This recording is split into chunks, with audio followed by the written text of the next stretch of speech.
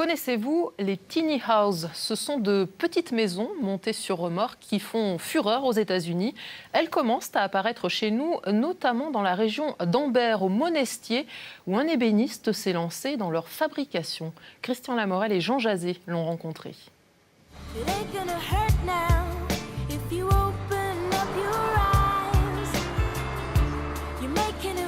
Si vous circulez du côté d'Anvers, vous croiserez peut-être ce curieux attelage. Il s'agit d'une tiny house, ce qui veut dire petite maison en anglais. Elle a été conçue par un ébéniste du Monestier, plutôt spécialisé dans les meubles, mais qui a voulu s'inspirer d'un concept américain qui commence à apparaître en Europe. Pour l'instant, ils ne sont que quelques-uns en France à fabriquer ces habitats nomades, plus esthétiques que les mobil-homes ou les caravanes. Elle est faite en bois d'ossature du pays, d'une scierie qui se trouve vers la Chaise-Dieu. Et donc il y a un contreplaqué en contreventement à l'extérieur, avec un parevent, des lithos, et ça c'est du red cedar, du cèdre américain, cèdre rouge américain, parce que c'est léger.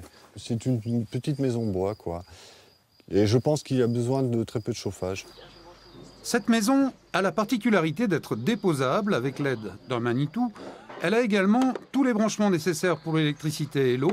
Quant à l'aménagement intérieur, dans la tiny house, vous avez un premier espace comportant le coin cuisine avec réfrigérateur, table de cuisson, évier, un chauffe-eau, chauffe-bain pour l'eau chaude.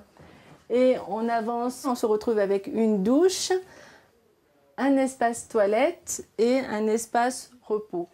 Le couchage se retrouve principalement sur la mezzanine, qui fait un espace de 2 mètres sur 2,50 mètres.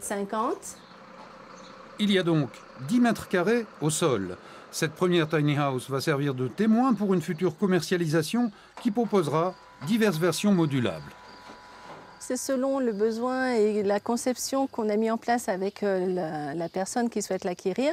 Et on part sur une base de prix entre 26 et 36, 37 000 euros hors taxe. Remorque comprise. Remorque comprise. Et comme l'ensemble pèse moins de 3,5 tonnes, il suffit d'un permis BE, pas besoin du permis poids lourd.